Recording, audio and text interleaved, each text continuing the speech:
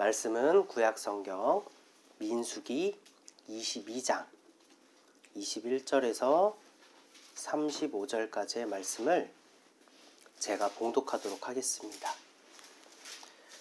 발람이 아침에 일어나서 자기 나귀의 안장을 지우고 모압 고관들과 함께 가니 그가 감으로 말미암아 하나님이 진노하심으로 여호와의 사자가 그를 막으려고 길에 서니라. 발람은 자기 나귀를 탔고 그의 두 종은 그와 함께 있더니 나귀가 여호와의 사자가 칼을 빼어 손에 들고 길에 선 것을 보고 길에서 벗어나 밭으로 들어간지라. 발람이 나귀를 길로 돌이키려고 채찍질하니 여호와의 사자는 포도원 사이 좁은 길에 섰고 좌우에는 담이 있더라. 나귀가 여호와의 사자를 보고 몸을 담에 대고 발람의 발을 그 담에 짓누르는데 발람이 다시 채찍질하니 여호와의 사자가 더 나아가서 좌우로 피할 데 없는 좁은 곳에 선지라. 나귀가 여호와의 사자를 보고 발람 밑에 엎드리니 발람이 노하여 자기 지팡이로 나귀를 때리는지라. 여호와께서 나귀 입을 여시니 발람에게 이르되 내가 당신에게 무엇을 하였기에 나를 이같이 3번 때리느냐. 발람이 나귀에게 말하되 내가 나를 거역하기 때문이니 내 손에 칼이 있더라면 곧 너를 죽였으리라. 나귀가 발람에게 이르되 나는 당신이 오늘까지 당신의 일생 동안 탄 나귀가 아니냐. 내가 언제 당신에게 이같이 하는 버릇이 있었더냐. 그가 말하되 없었느니라. 그때 여호와께서 발람의 눈을 밝히심에 여호와의 사자가 손에 칼을 빼들고 길에 선 것을 그가 보고 머리를 숙이고 엎드리니 여호와의 사자가 그에게 이르되 너는 어찌하여 내 나귀를 이같이 3번 때렸느냐. 보라, 내 앞에서 내 길이 사악함으로 내가 너를 막으려고 나았더니 나귀가 나를 보고 이같이 3번을 돌이켜 내 앞에서 피하였느니라. 나귀가 만일 돌이켜 나를 피하지 아니하였더라면 내가 벌써 너를 죽이고 나귀는 살렸으리라. 발람이 여호와의 사자에게 말하되 내가 범죄하였나이다. 당신이 나를 막으려고 길에 서신 줄을 내가 알지 못하였나이다. 당신이 이를 기뻐하지 아니하시면 나는 돌아가겠나이다. 여호와의 사자가 발람에게 이르되 그 사람들과 함께 가라. 내가 내게 이르는 말만 말할지니라. 발람이 발락의 고관들과 함께 가니라. 아멘. 오늘의 말씀은 발람과 나귀, 발람과 나귀라는 제목으로 말씀을 증거하도록 하겠습니다. 그리스도의 몸된 교회로서 그의 지체로서 진정한 행복을 누리며 살아오고 계십니까? 아멘. 우리는 나귀가 말을 하는 재미있는 이야기인 발람에 대해서 잘 알고 있을 것입니다. 이스라엘은 에돔과 모압을 지나서 아모리를 점령한 후에 다시 조금 내려와 모압의 평지에 진을 칠 때에 모압 왕 발락은 이스라엘을 두려워하게 됩니다. 왜냐하면 아모리를 이미 점령하였기 때문이에요. 이에 두려워서 모압 왕 발락은 이에 대적하기 위해서 이방의 주술사인 발람에게 의뢰를 맡깁니다. 그 이유는 발람이 복을 비는 자는 복을 받고 저주하는 자는 저주를 받게 될 것이라는 것을 모압 왕 발락은 알고 있었기 때문이에요. 이방의 주술사인데도 이방신을 섬기는 그 주술사인데 우리나라로 치면은 무당이겠죠. 무당인데도 복을 빌면 복을 받고 저주를 하면 그 사람이 저주를 받았다라는 거예요. 그렇게 모압의 장로들과 미디안의 장로들은 발람에게 줄 복채를 가지고 그를 찾아갈 때 발람은 그들을 이곳에 유숙하라고 말하면서 하나님께서 자신에게 이르시는 대로 그들에게 답을 주겠다라고 말합니다. 이방의 주술사가 하나님의 말씀을 전달하겠다라는 아이러니한 일이 벌어지고 있는 거예요. 하나님은 발람에게 그때 답하십니다. 그들을 따라가지 말라고 말씀하시고 이스라엘을 저주하지 말라고도 말씀하십니다. 발람은 이를 순종하게 되죠. 그리고 그들에게 이러한 하나님의 말씀을 전달할 때 협상이 불발된 거잖아요. 이에 모압과 미디안의 장로들은 다시 모압 왕 발락에게로 돌아가게 되고, 발락은 더 높은 고관들을 발람에게 보내면서 이스라엘을 저주만 해준다면 그를 발람을 존귀하게 해주고 원하는 것은 뭐든지 들어주겠다라면서 다시 한번 회유합니다. 그때 발람은 동일하게 그들에게 이곳에 유숙하라고 말하면서 또다시 하나님께 이 상황을 아뢰었을 때 하나님은 발람에게 이번에는 조금 다른 답변을 하시는 거예요. 그들을 따라가라 라고 말씀하시고, 다만 하나님이 이르는 말씀만 가서 전하라 라고 말씀하십니다. 발람은 하나님의 말씀을 따르기 위해서 다음날 모압으로 향하기 위해 자신의 나귀에게 안장을 지우고 떠나려고 하자 하나님께서 진노하신 것이 바로 오늘 본문의 말씀인 것입니다. 우리는 이러한 배경 가운데 몇 가지 의문이 생기게 됩니다. 첫 번째로는 발람은 이방의 주술사인데 바알이나 다른 우상신이 아니라 마치 선지자와 같이 하나님께서 이르시는 말씀을 전달하는 것이 좀 상황에 어울리지 않다라는 거예요. 두 번째로는 말씀의 맥락상 발람이 재물을 탐하였다라는 기록은 없습니다. 재물을 취한 것이 아니라 오히려 그러한 재물을 가져왔을 때 하나님의 뜻을 구한다라고 이야기를 했고, 두 번째 다시 왔을 때도 하나님의 뜻을 구한다라고 말했지만 하나님의 말씀대로만 향했는데, 왜 우리가 익히 알고 있는 이 발람의 이야기는 발람이 더 큰 재물을 탐하여서 모압으로 향했다라고 우리는 그렇게 알고 있는 것이며 그렇게 가르친 것일까요? 신약에서 발람에 대한 평가가 그리하였기 때문에 우리는 오늘 본문의 말씀 또한 그리하였을 것이다 라고 말했던 것일까요? 우리가 알고 있는 내용과 조금 다른 본문인 것입니다. 세 번째로는 분명히 발람은 하나님께서 가라고 명하셨기 때문에 간 것인데 하나님께서는 왜 그가 길을 떠나자 진노하시며 그를 막아서신 것일까요? 우리는 이러한 의문을 뒤로한 채 비유에 감추인 진리를 찾기보다 말씀을 통하여 위인전이나 생활 자습서로 여기는 경향이 있습니다. 그리하여서 발람에 대해서 어떠한 교훈을 얻으려고 하고 올바른 크리스찬으로 살아가야 된다라는 결론은 우리에게 익숙함을 주기 때문에 성경을 그렇게 받아들이는 경향이 있지만, 오직 성경은 예수 그리스도만을 증거하고 있으며 오늘 본문의 말씀 또한 예수를 증거하고 있다는 사실을 알고 계십니까? 민수기에서 예수님이 나온다는 게 의아하시겠지만 모든 성경이 예수를 향하고 있다는 것입니다. 발람의 이야기는 민수기에서 4장에 걸쳐 기록되었으며 예언서와 신약에서도 꾸준히 언급될 만큼 그에 대한 의미는 많은 것을 담고 있습니다. 이번 주와 다음 주에 걸쳐서 발람에 대한 이야기를 심도 있게 우리가 살펴볼 것인데 그 가운데 예수를 발견하는 시간이 되었으면 좋겠습니다. 진리의 영이신 성령이 오늘 우리에게 깨닫게 하는 은혜가 넘치길 소망합니다. 오늘 본문의 말씀인 민수기 22장 21절에서 22절입니다. 제가 봉독하겠습니다. 발람이 아침에 일어나 자기 나귀의 안장을 지우고 모압 고관들과 함께 가니 그가 감으로 말미암아 하나님이 진노하심으로 여호와의 사자가 그를 막으려고 길에 서니라.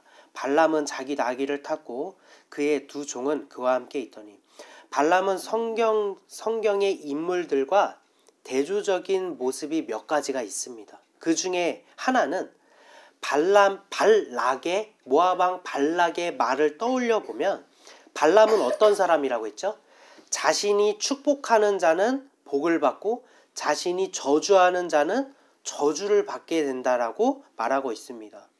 이와 반대로 하나님께서는 아브라함에게도 이와 같이 말씀하시는데 조금 다릅니다. 뭐라고 말씀하시냐면 아브라함을 축복하는 자는 누가 축복한다고 했죠? 하나님께서 축복하시고, 아브라함을 저주하는 자는 하나님께서 저주하신다라고 말씀하셨습니다. 복과 저주의 주체가 발람은 본인에게 있는 것이고요, 아브라함에게는 하나님께 있는 거예요.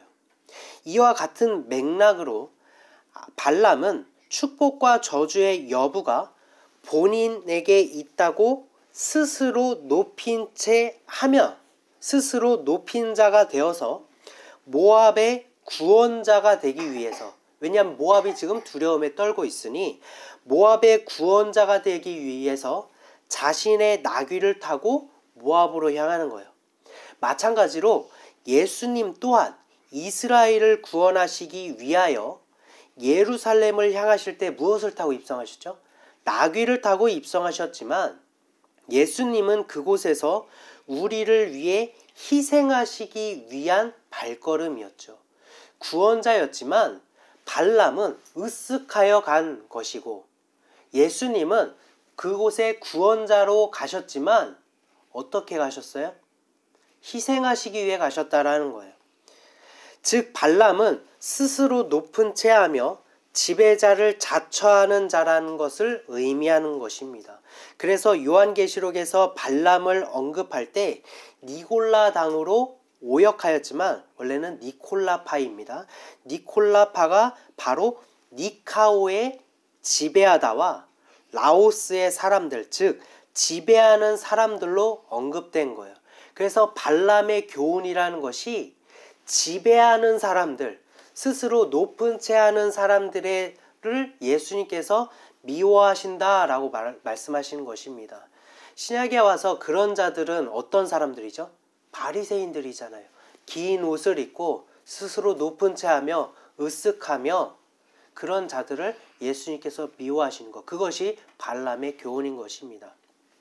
발람은 결국 내적으로는 교만에 사로잡힌 인물이, 자기의 의에 취해 있는 인물이 겉으로는 하나님의 말씀을 따르기 위한 것으로 포장된 인물이라는 것입니다. 그러한 지배적인 사람이며 복과 저주의 여부가 본인에게 있다고 여기며 하나님의 이끄심이라는 명분을 가지고 모압의 구원자로서 나귀를 타고 그곳에 향하였다라는 것입니다. 23절에서 29절입니다. 나귀가 여호와의 사자가 칼을 빼어 손에 들고 길에 선 것을 보고 길에서 벗어나 밭으로 들어간지라. 발람이 나귀를 길로 돌이키려고 채찍질하니. 나귀가 밭으로 향했잖아요. 그러면은 그 곳이 어느 곳이라는 거죠?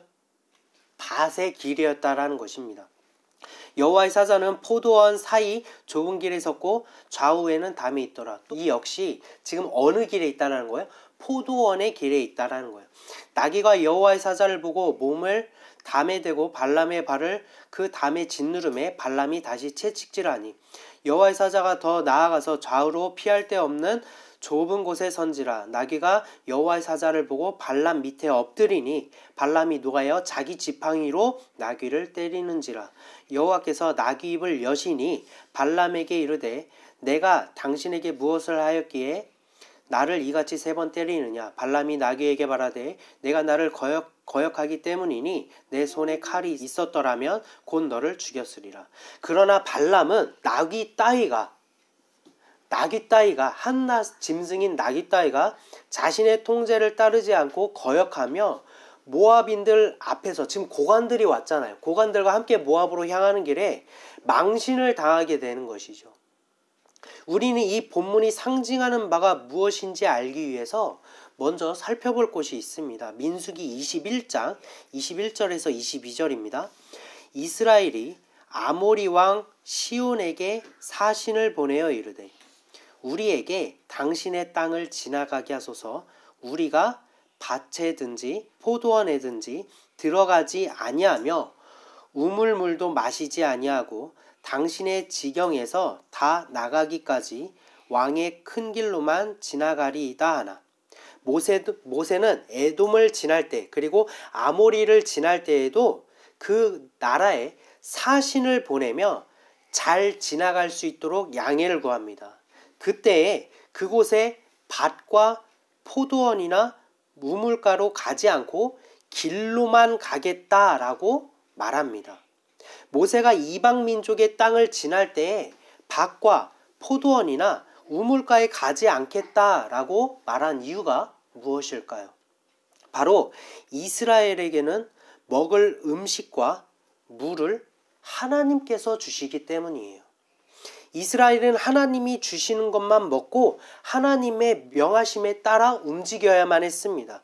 그 때문에 만나만을 먹어야 했고 누룩이 없는 무교병을 먹어야 했으며 파와 마늘을 그리워했으나 그것을 먹지 못하도록 하셨습니다. 그리고 우리는 이것이 무엇을 의미하는지를 잘 알고 있습니다. 바로 우리의 유일한 생명의 양식이신 예수 그리스도를 상징하는 만나를 그들에게 주신 거예요. 이스라엘이 관통해야 하는 이방 민족의 그 길은 모두 마귀를 상징합니다. 그 민족들은 다 마귀를 상징해요. 따라서 그곳의 밭과 포도원과 우물은 마귀의 미혹을 의미하는 것입니다. 하나님께서 거룩하게 하시고 예비하신 것이 아니기 때문에 모세는 그곳의 밭과 포도원과 우물을 취하지 않겠다라고 선을 그어버린 것입니다. 그러나 하나님이 가라고 명하신 그 명분을 가지고 모압의 구원자를 자처한 발람이 향한 길을 주목하여 보십시오. 하나님의 사자가 길을 가로막자 나귀는 어디로 향했다고 했죠? 밭으로 향했다라고 기록하고 있습니다. 나귀가 밭이라는 미혹의 길로 그를 데려갔다라는 것이 아니에요. 그곳이 밭의 길이었다라는 것입니다. 나귀가 또다시 그에게 반항한 곳, 좁은 담으로 된 곳 또한 그곳이 포도원의 길이었다라는 것입니다. 이것은 발람이 미혹을 받아서 그 길을 선택하였다라는 의미가 아닙니다. 베드로후서 2장 16절에서 17절입니다. 자기의 불법으로 말미암아 책망을 받되 말하지 못하는 나귀가 사람의 소리로 말하여 이 선지자의 미친 행동을 저지하였느니라. 이 사람은 물 없는 샘이요 광풍에 밀려가는 안개니 그들을 위하여 캄캄한 어둠이 예비되어 있나니. 베드로후서에서는 발람과 같은 사람들은 물 없는 샘, 즉 그 안에 물이신 예수 그리스도가 없는 자를 의미하는 것이며 광풍에 밀려가는 안개, 즉 하나님의 심판의 형벌을 감당할 수밖에 없는 죄인을 의미하는 것입니다. 다시 말해 발람이 미혹의 길을 선택한 것이 아니라 하나님의 명령은 그에게 있었지만 정작 하나님께서 그와 동행하지 않으셨기 때문에 그는 필연적으로 미혹의 길을 갈 수밖에 없는 그런 존재임을 말해주고 있는 거예요. 여러분에게 조금 심각한 얘기를 해볼까요? 여러분이 어떤 죄를 지어서 지옥에 가는 게 아닙니다. 여러분이 아무것도 하지 않을 때 지옥에 가는 거예요. 그 안에 우리 안에 그리스도의 영이신 성령이 없으면 우리는 지옥에 간다는 거예요. 지금 있는 이 상태로 남에게 덕을 베풀고 선을 베풀며 행복하게 살아가면 천국에 가는 게 아니라 지옥으로 간다는 것입니다. 그것이 발람의 길, 발람이 의로운 채 하며 가야 했던 필연적으로 가야 하는 그 길이 바로 하나님께서 그를 죽이시는 길이라는 것을 우리가 기억하였으면 좋겠습니다. 자신에게는 능력이 있고 그러한 자리도 있고 하나님의 명령이라는 명분도 그에게 있지만 정작 그를 지키실 하나님이 그 속에 없었기 때문에 예수 그리스도라는 물이 없었기 때문에 그 길은 필연적으로 지옥으로 갈 수밖에 없는 길인 거예요. 그 길은 하나님께서 진노하신 길이라는 거예요. 하나님께서 멸하시는 길이라는 거예요. 발람은 그저 하나님께 용도에 따라 사용하시는 죄인에 지나지 않는다라는 것을 의미하고 있다는 것입니다. 대단한 자가 아니라는 거예요. 마태복음 7장 22절에서 23절입니다. 그날에 많은 사람이 나더러 이르되 주여 주여 우리가 주의 이름으로 선지자 노릇하며 주의 이름으로 귀신을 쫓아내며 주의 이름으로 많은 권능을 행하지 아니하였나이까 하리니 그때에 내가 그들에게 밝히 말하되 내가 너희를 도무지 알지 못하니 불법을 행하는 자들아 내게서 떠나가라 하리라. 여러분, 재력을 많이 소유하여 누군가에게 복을 줄 수 있는 것 같은 그런 사람을 부러워하지 마십시오. 큰 권력을 가지고 누군가한테 저주를 내릴 수 있을 만한 그런 권력을 가진 사람들을 부러워하지 마세요. 그가 하나님의 말씀을 따라 승승장구하는 인생처럼 보일지 모르겠지만 그리스도의 영이 없는 자들은 그 어떤 길이든 필연적으로 미혹과 사망의 길, 하나님께서 멸하시는 길로 갈 수밖에 없다는 사실을 기억하시기 바랍니다. 그것은 비단 그들만의 이야기가 아니라 그리스도의 영이 없는 우리 또한 마찬가지일 것입니다. 우리 모두 내 스스로 복을 이룰 수 있다라고 생각하잖아요. 하늘은 스스로 돕는 자를 돕는다라고 여기면서 내가 노력하면 복을 이룰 수 있다라고 생각하잖아요. 그것이 하나님이 주신 복이라고 포장하잖아요. 내 스스로 누군가를 타격하고 군림할 수 있다라고 여기잖아요. 높은 자리에 올라가면 내가 누군가를 저주할 수 있는 그런 사람이 될 수 있다고 여기잖아요. 마치 발람과도 같지요. 마치 바리새인과도 같이요. 요한복음 16장 13절입니다. 그러나 진리의 성령이 오시면 그가 너희를 모든 진리 가운데로 인도하시리니 그가 스스로 말하지 않고 오직 들은 것을 말하며 장래 일을 너희에게 알리시리라. 그러나 성령을 받은 자, 그리스도의 영이신 성령을 받은 자들은 성령이 우리를 진리의 길로 바로 세우십니다. 예수만 먹고 예수만 마시고 예수 안에 거하기 때문에 모든 것은 미혹일 뿐 나에게 아무런 가치와 의미가 없다라는 것이며 오직 마귀를 관통하여 이긴 자로서 그 길을 걸어나갈 뿐이라는 것입니다. 그렇다면 필연적으로 미혹과 사망의 길을 갈 수밖에 없는 발람의 길을 멈추게 했던 그 나귀는 무엇을 상징하는 것일까요? 그 나귀는 바로 예수님을 상징하는 것입니다. 필연적으로 사망에 이르러야 하는 발람의 길에서 나귀는 발람을 태우고 여호와의 사자를 피합니다. 죄를 멸하시는 하나님과 죄인된 우리 가운데 예수님은 마치 나귀와도 같이 우리를 끊임없이 하나님의 진노에서 감추시는 분이십니다. 그러나 발람은 자신의 길이 옳다며 나귀를 채찍질합니다. 미혹된 포도원의 길에 이르자 나귀는 몸을 담에 기대며 발람의 발을 짓누릅니다. 창세기 32장 25절의 말씀입니다. 자기가 야곱을 이기지 못함을 보고 그가 야곱의 허벅지 관절을 치매 야곱의 허벅지 관절이 그 사람과 씨름할 때에 어긋났더라. 하나님의 사자는 야곱과 씨름을 했고 그의 환도뼈를 꺾으심으로 야곱을 평생 절름발이로 만드셨습니다. 그는 평생 지팡이를 의존해야만 했으며 지팡이는 보혈의 십자가를 예표하는 것입니다. 하나님의 사자가 야곱을 보혈의 십자가를 의지할 수밖에 없는 사람으로 만들었다라는 것을 의미하는 거예요.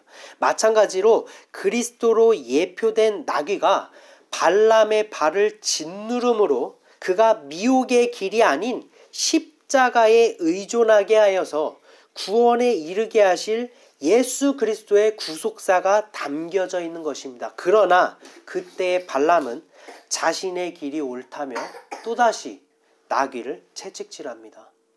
좌우로 피할 수 없는 더 좁은 길에 이르자 나귀는 더 이상의 도리가 없어서 발람의 밑에 엎드립니다.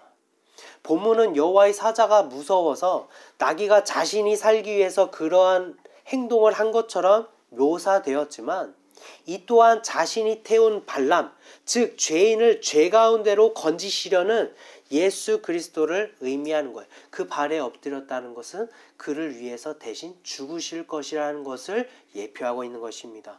그러나 발람은 자신의 길이 옳다며 지팡이로 나귀를 때립니다. 십자가를 예표하는 지팡이로 나귀를 때린 것, 즉 예수 그리스도를 십자가에 못 박은 것을 의미하고 있는 거예요.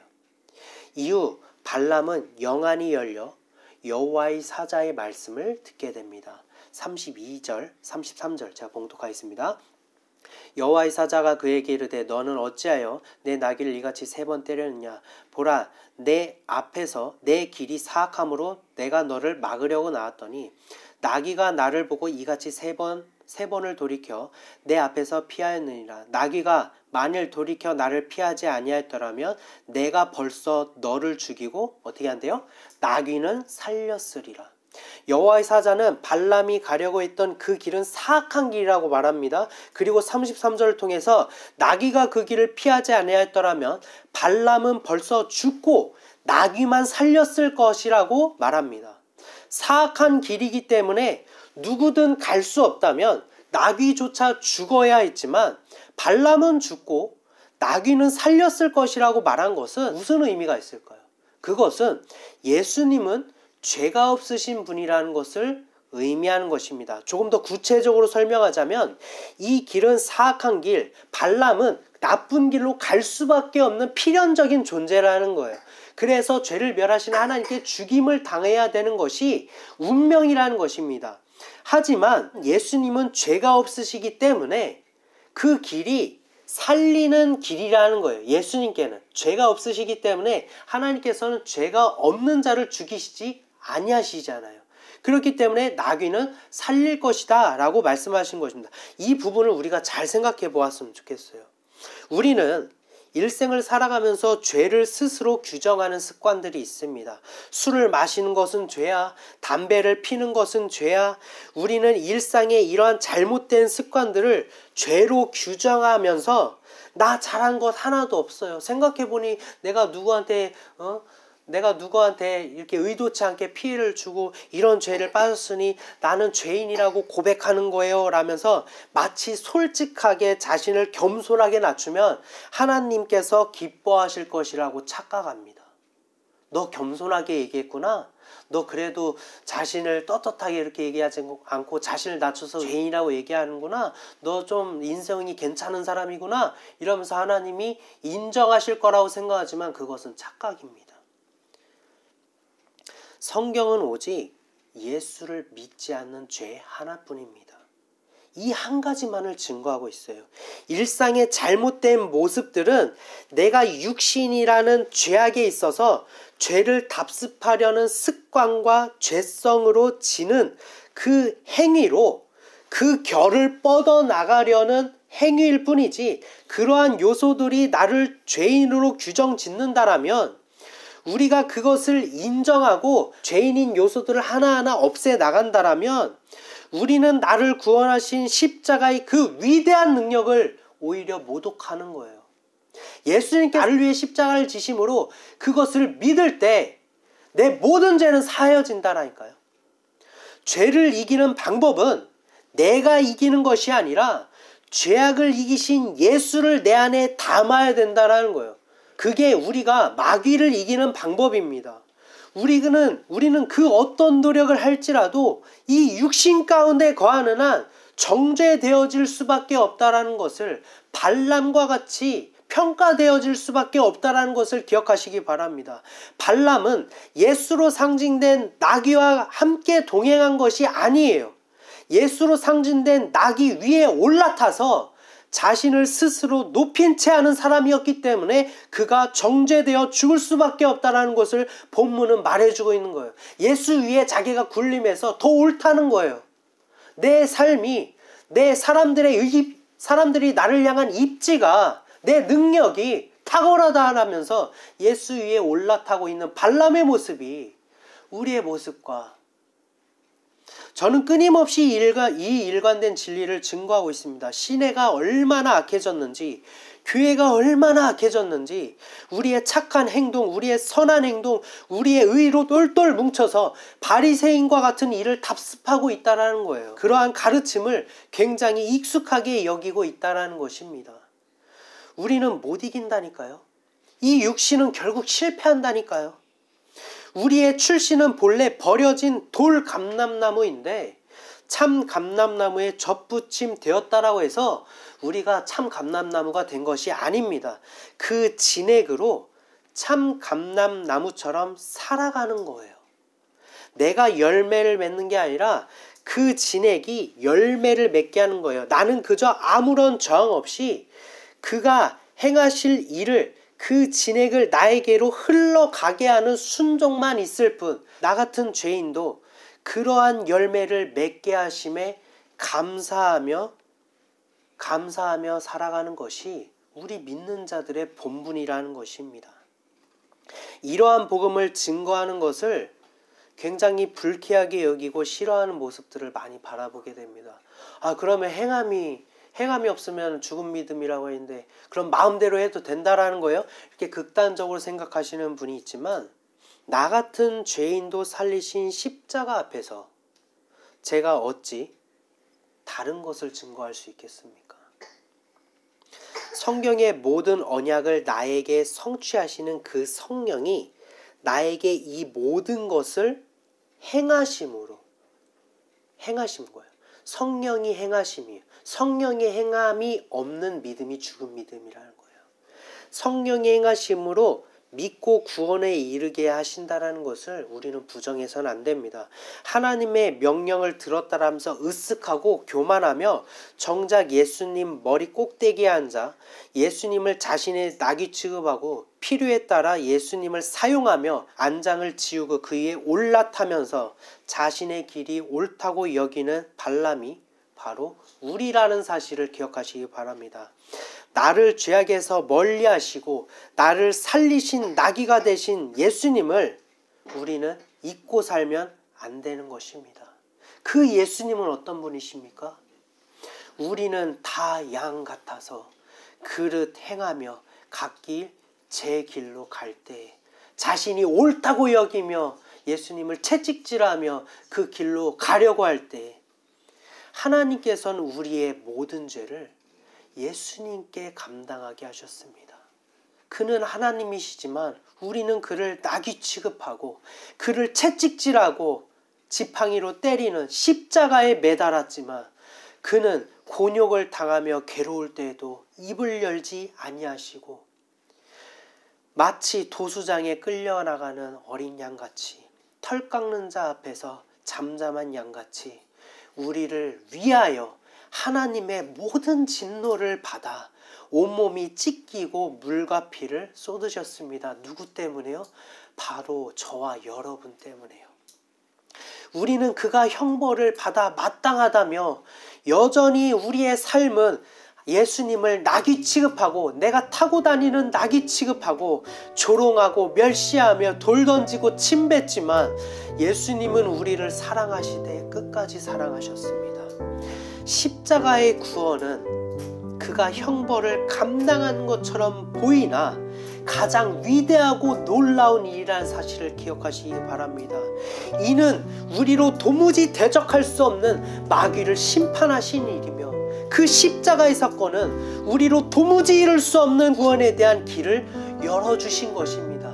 죄인이 의인이 될 수 있는 유일한 방법은 예수 그리스도 한 분뿐이라는 것입니다. 오직 예수 그리스도를 믿기만 하면, 오직 그리스도의 영이신 성령을 구하기만 한다면 성경의 모든 역사와 언약은 비록 남 얘기가 아니라 이스라엘의 얘기가 아니라 모든 것을 이루신 예수가 내 안에 거하심으로 나에게 성취될 것입니다. 성령을 구합시다. 우리 모두 성령을 구합시다. 우리를 구원에 이르게 하실 성령에 힘입어서 미혹을 뿌리치고 저 죄악의 마귀를 관통하여 이긴 자가 되시는 성도 여러분이 되시기를 소망합니다. 우리가 곁길로 향할 때에도 엎드려질지언정 아주 엎드려지지 않으면 그 성령이 여러분을 오늘도 벌떡 일으켜 세우셔서 최후 승리를 얻는 그 길로 인도하실 것이라는 굳센 믿음을 갖고 승리하시는 성도 여러분이 되시기를 소망합니다. 잠시 기도한 시간 갖도록 하겠습니다.